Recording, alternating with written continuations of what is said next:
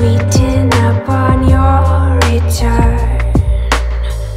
Silly baby, will I ever learn? I come down for you from heaven above. Take me back, I can't get enough. Send a signal from the lantern room. The moon is big, the night will fall soon. And you try to remember, you run it through your mind. It feels like forever since the last time.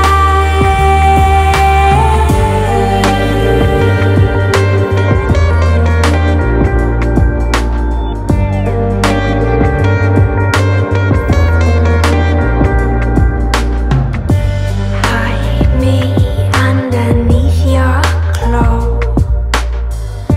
Let me be your compass rose through a storm.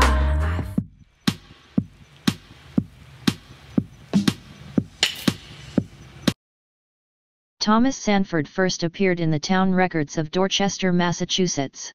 Dorchester was settled in 1630, but no lands were allotted until April of 1633. It is now called South Boston and Dorchester. The town records begin in January of 1632. The first settlers prior to 1636 were 138 in number, and Thomas Sanford was one of them. He was made a freeman on March 9, 1639. This right or title conferred upon the holder the right of suffrage and also an advantage in the division of lands. The principal qualification for this position was church membership in a congregational church. Much reference is made in the notes as to the term freeman.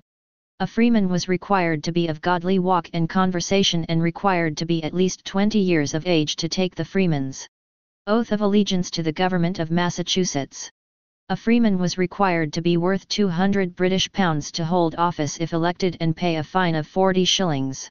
A freeman was required to vote at all elections or pay a fine of 40 shillings.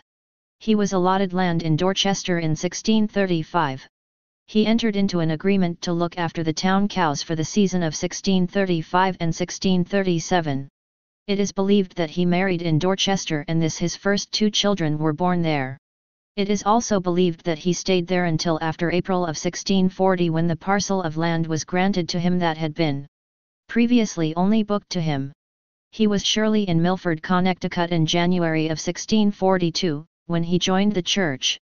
His third child Mary is recorded in the records of the First Church of Milford as having been born in January of 1641. Milford land records indicate that he was allotted land there beginning in 1643. His name appears in other instances over the years as late as 1680.